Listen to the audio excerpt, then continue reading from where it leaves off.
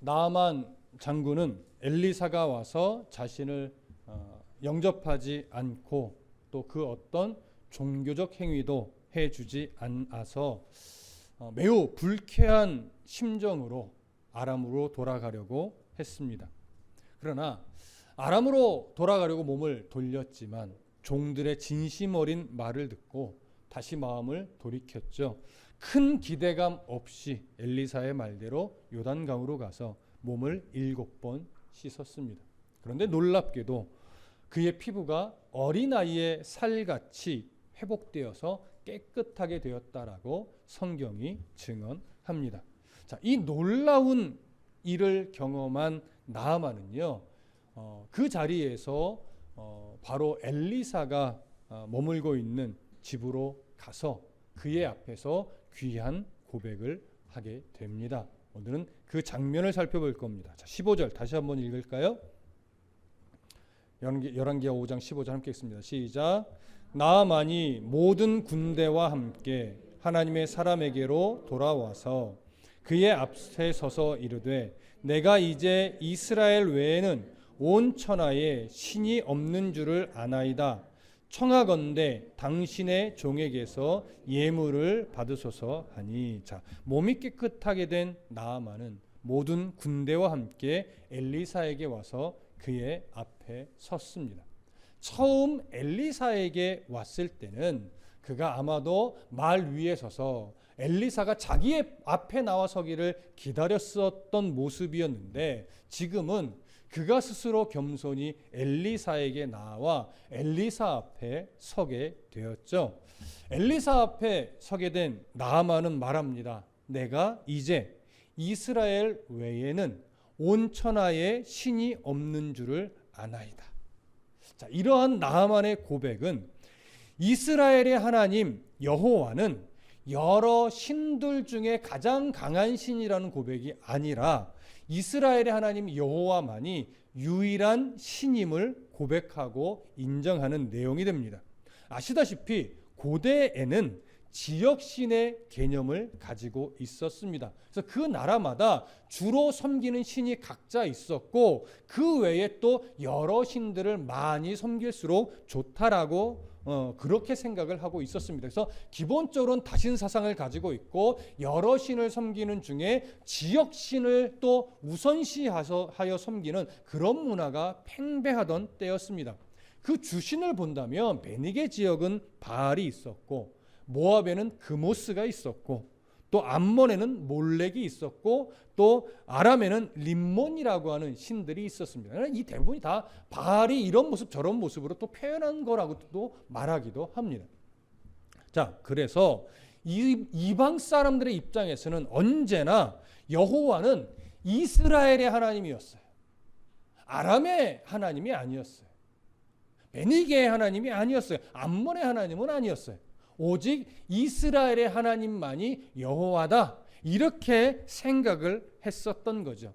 그렇기 때문에 지금 아람의 이 나아만 장군의 고백은 잘못된, 그동안 가지고 있던 잘못된 신관, 그 고정관념을 완전히 넘어선 올바른 고백이 되었던 것이죠.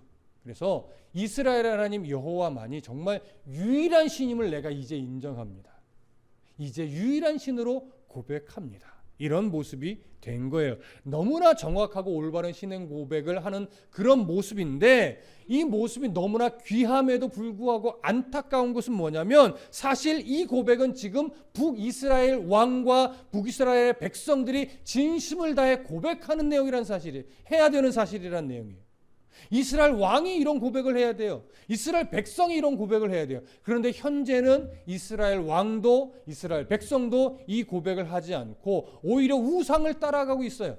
그런데 이방의 한 장군이 기적 같은 일을 경험하고 나서 이스라엘의 하나님만이, 그 여호와만이 유일한 신임을 고백하고 있는 거죠. 그래서 참 귀한 모습이면서도 너무나 안타까운 모습이기도 합니다.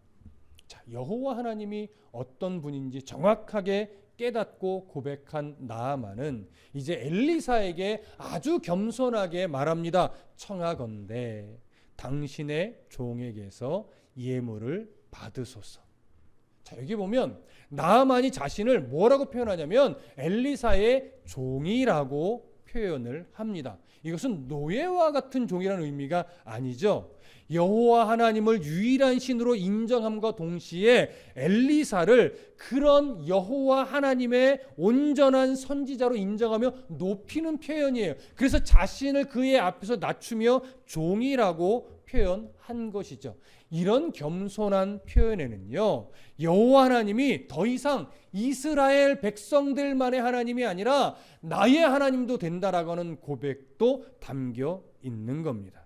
그래서 자신이 받은 이 놀라운 은혜에 대해 감사를 표현하기 위해서 엘리사에게 예물을 드리기 원한다라고 말한 거예요.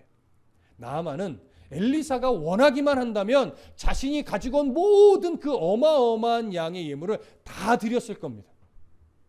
자, 엘리사가 그 예물을 받았을까요?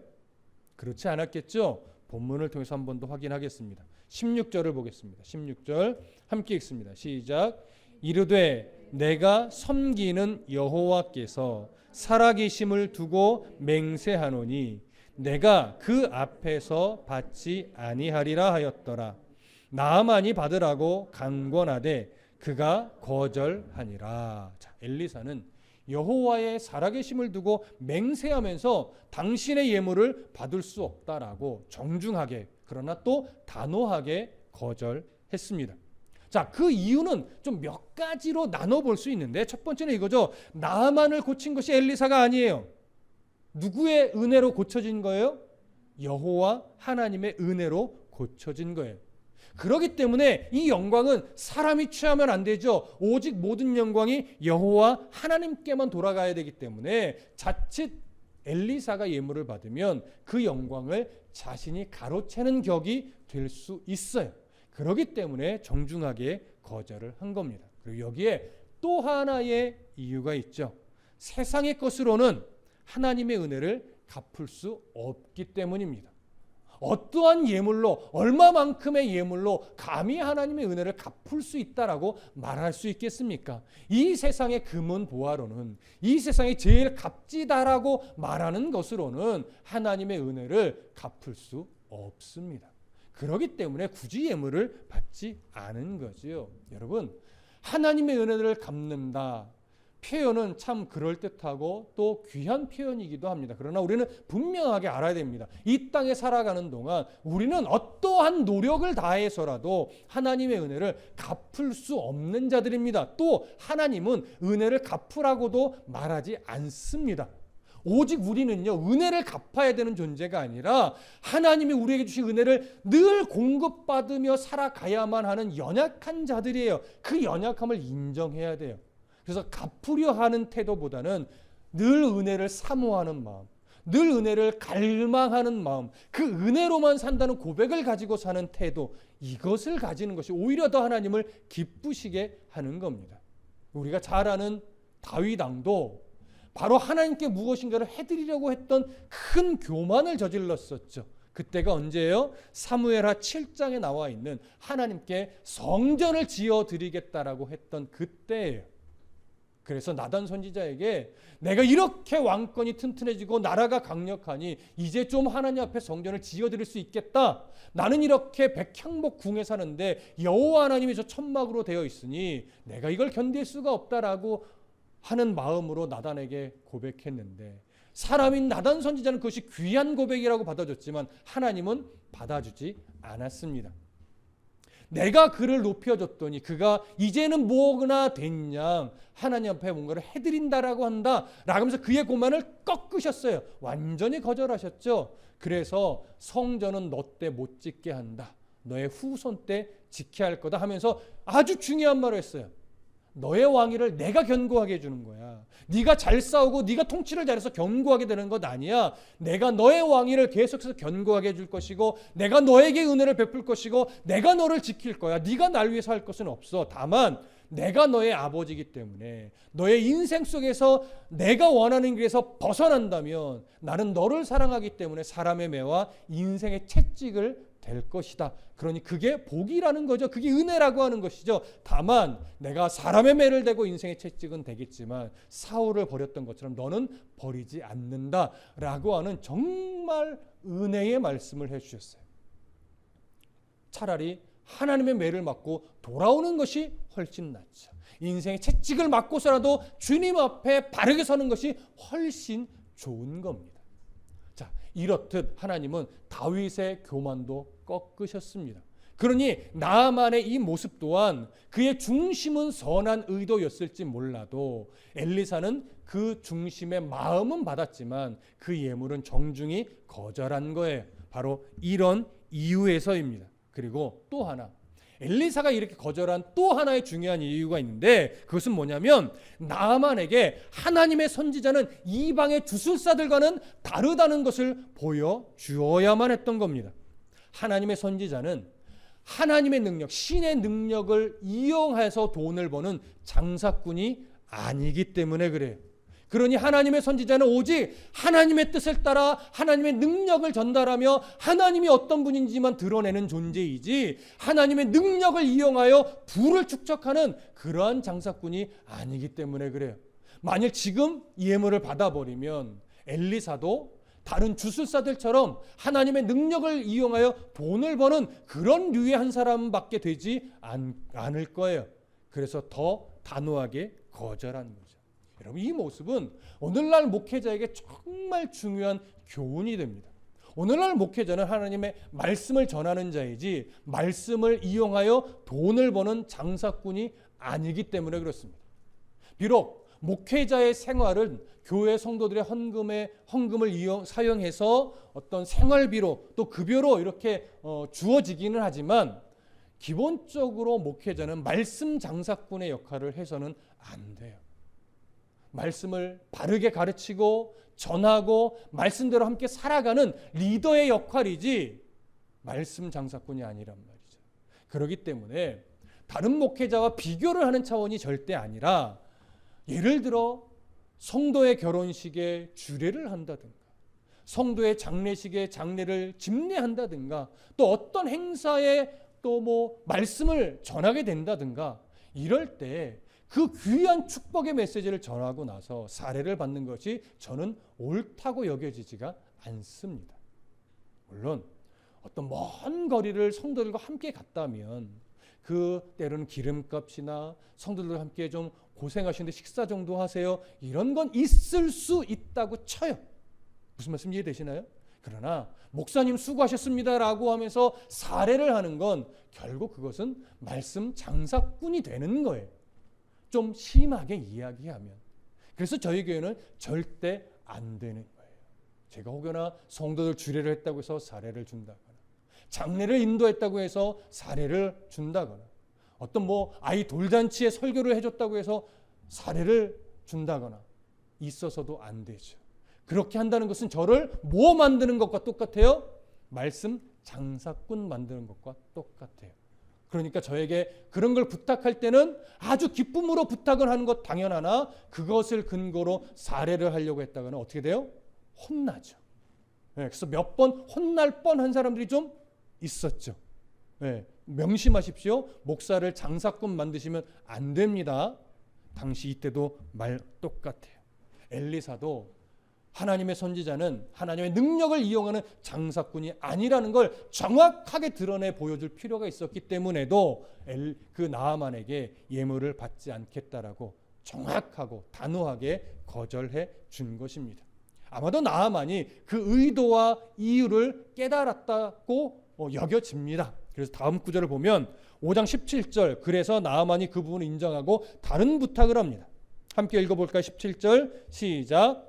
나아만이 이르되 그러면 청하건대 노새 2마리의 실을 흙을 당신의 종에게 주소서.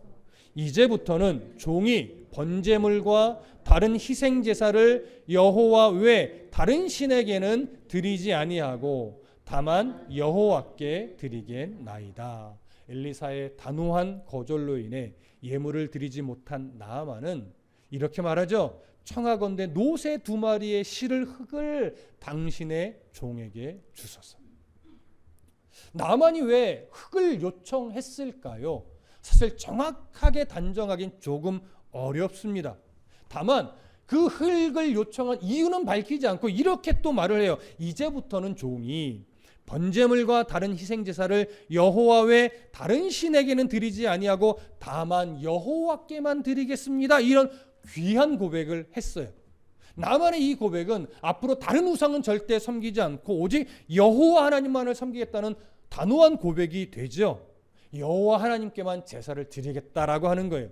그런데 이 내용은 알겠는데 그럼 왜 흙을 요청한 것일까요? 학자들이 몇 가지 견해가 있어요. 어떤 학자는 이렇게 말합니다. 이 흙을 아람 땅 일부 지역에 뿌려서 그 지역을 성역화하려고 했을 것이다. 귀한 견해입니다. 또 이런 견해도 있어요. 당시 거룩한 곳으로 여겨지던 지역의 흙을 다른 지역으로 그대로 옮겨가면 그 지역에도 그 신이 임하게 된다라고 하는 이해 때문에 흔한 종교적 풍습이었다. 이렇게 말하기도 해요. 둘 다 전혀 가능성이 없는 내용은 아닙니다. 그러나 본문에서는 직접적으로 언급을 하지 않죠. 다만 본문에서 드러나는 것이 뭐냐면 나아만이 번제물과 희생제사를 여호와께만 드리겠다라고 고백한 것으로 보아 이 흙에 대한 요구는 아마도 제사와 관련된 요구로 여겨집니다. 그렇다면 이 흙으로 무엇을 하려고 했을까? 출애굽기 20장 24절에 보면요. 내게 토단을 쌓고 그 위에 네 양과 소로 네 번제와 화목제를 드리라 이렇게 말씀했어요. 이스라엘에는요 주로 2종류의 제단이 있어요. 하나는 지금 말한 대로 토단, 흙으로 쌓은 제단이 있고 또 하나는 돌로 쌓는 제단이 있는데 돌로 쌓을 때는 정으로 다듬지 말라고 했어요.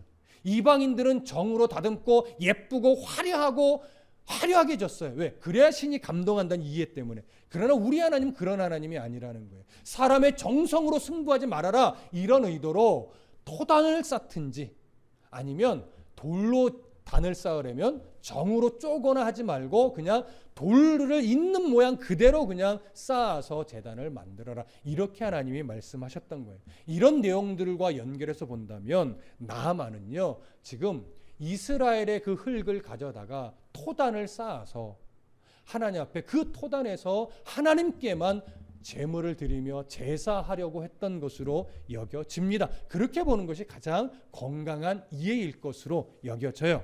그러면 암몬에 있는 흙으로 단을 쌓으면 안 되는 것이었을까요? 제가 볼 땐 그렇지 않습니다. 안 될 것은 없습니다. 다만 나아만은 지금 여호와 하나님께서 임재하신 그 엘리사가 사는 지역의 땅이 거룩하기 때문에 가능하면 그의 종교적 마음을 가지고 그 거룩한 땅의 흙을 가져다가 토단을 만들고 싶었던 것으로 여겨져요. 그것을 아마도 엘리사도 그냥 인정을 하고 허락해 준 것으로 봐요. 왜냐하면 그 마음이 귀하니까. 그러면 또 하나, 사실 그냥 가져가면 되잖아요. 근데 왜 굳이 엘리사에게 허락을 받으려 했을까요? 아마도 자신은 이제부터 여호와 하나님의 백성이고 또 여호와 하나님의 선지자인 엘리사이기 때문에 그를 존중하고 있음을 드러내기 위해서 그에게 청을 했던 것으로 여겨집니다. 이 모습은 참으로 놀라운 변화죠. 강력한 나라의 한 장수로서 얼마든지 교만을 떨 수 있었을 텐데 하나님을 경험하고 하나님을 알게 되고 엘리사가 하나님의 선지자임을 분명하게 인정하면서 그의 모든 교만을 다 내려놓고 하나님을 높이고 하나님의 선지자도 높이는 그런 참으로 겸손한 모습을 지금 보이고 있는 겁니다. 그래서 그 중심 자체가 귀하기 때문에 엘리사도 그의 청을 허락한 것으로 여겨집니다. 자, 이렇게 귀한 고백과 청을 허락받은 이후에 나아만은 조금 중요한 문제 하나를 엘리사에게 이야기합니다. 자, 18절 함께 볼까요? 18절 함께 읽습니다. 시작. 오직 한 가지 일이 있사오니 여호와께서 당신의 종을 용서하시기를 원하나이다. 곧 내 주인께서 림몬의 신당에 들어가 거기서 경배하며 그가 내 손을 의지하심에 내가 림몬의 신당에서 몸을 굽히오니 내가 림몬의 신당에서 몸을 굽힐 때에 여호와께서 이 일에 대하여 당신의 종을 용서하시기를 원하나이다 하니. 자, 나아만은 분명한 신앙 고백을 했어요. 그러나 이런 분명한 고백에도 불구하고 또 이 결단에도 불구하고 아람으로 돌아가면 자신이 넘길 수 없는, 자신이 그냥 쉽게 간과할 수 없는 어려운 문제가 하나 있음을 고백합니다.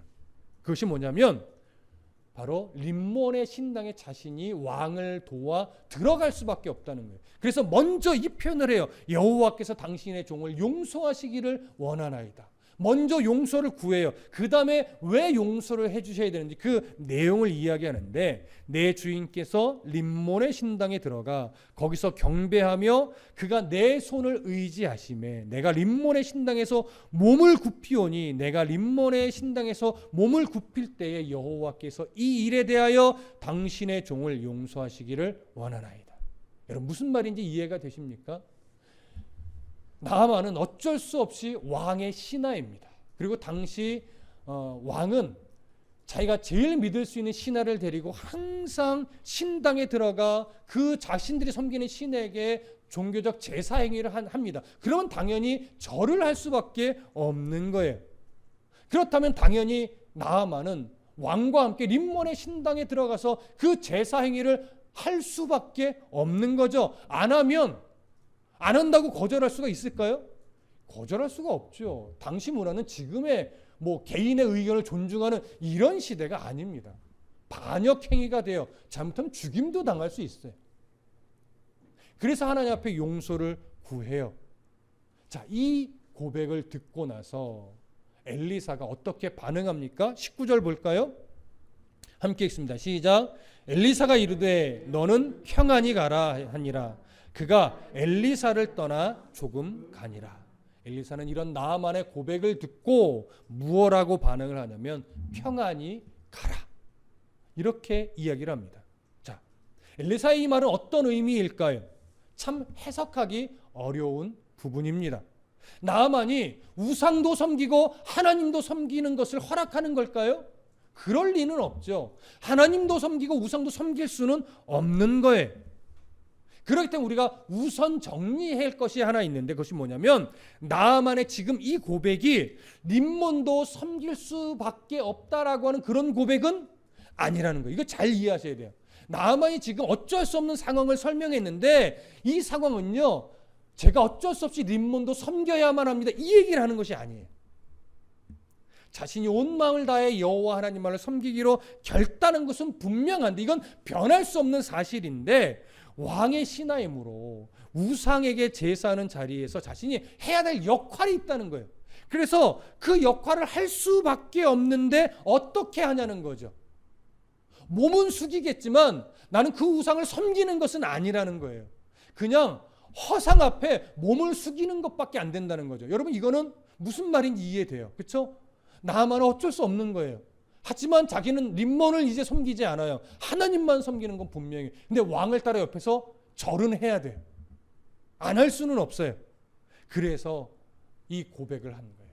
이것이 바로 신앙과 현실 사이에 일어날 수밖에 없는 충돌인 거죠. 그리고 오늘날 세상을 살아가는 청년들 또 어른들도 마찬가지지만 이런 류의 충돌이 있나요, 없나요? 있어요. 크고 작게 내가 가지고 있는 신앙과 그 신앙이 충돌되는 것 알면서도 어쩔 수 없이 할 수밖에 없는 이런 상황들은 있단 말이에요. 이런 상황 속에서 사람마다 고민을 합니다. 그리고 어떻게 해야 될까요? 라고 신앙 상담을 하기도 합니다. 어떤 사람은 그냥 나 예수 믿지 않는 사람인 척 그냥 그런 행위들을 아무 생각 없이 하는 경우도 많이 있습니다. 그것 때문에 괴로워하는 성도도 있어요. 어떻게 해야 될지에 대한 그런 충돌 때문에. 그러면 엘리사가 평안히 가라고 할 때 차라리 이렇게 말할 수도 있잖아요.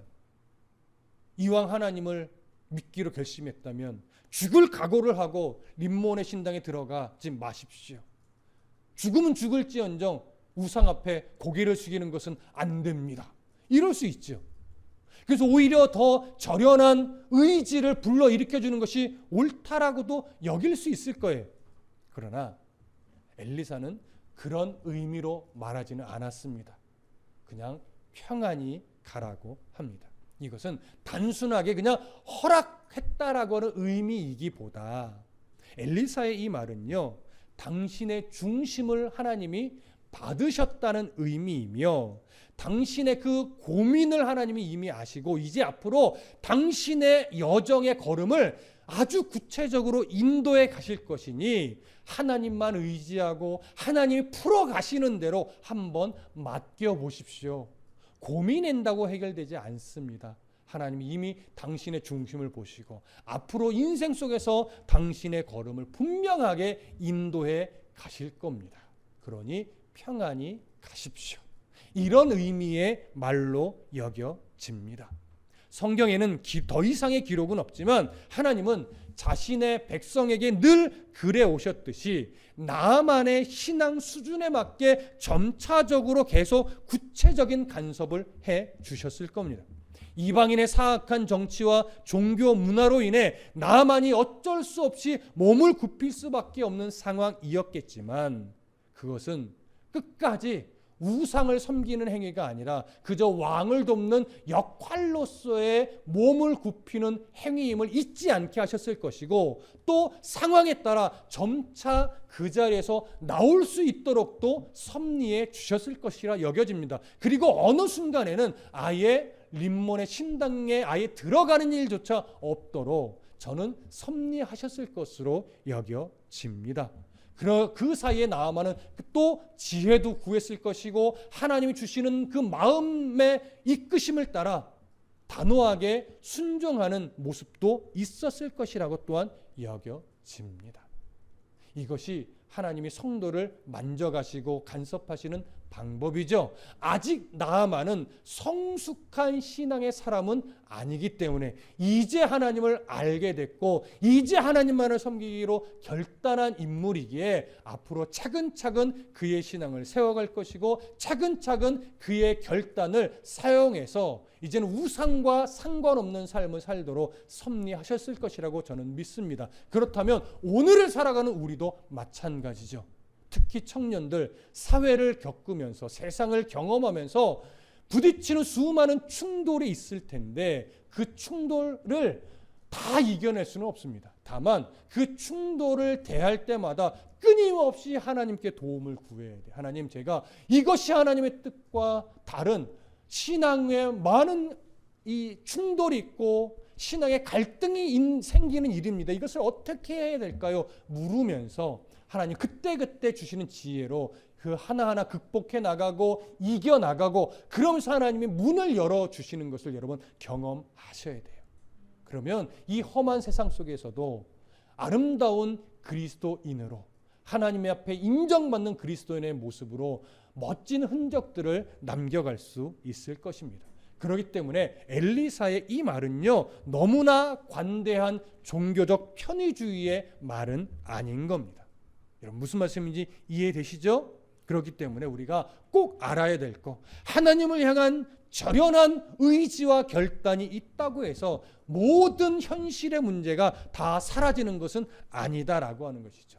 분명한 신앙 고백과 함께 은혜도 받고 신앙적 열심을 내는 그런 성숙한 신앙인으로 자라가는 과정에도 얼마든지 신앙과 현실에서 부딪히는 충돌은 따라옵니다.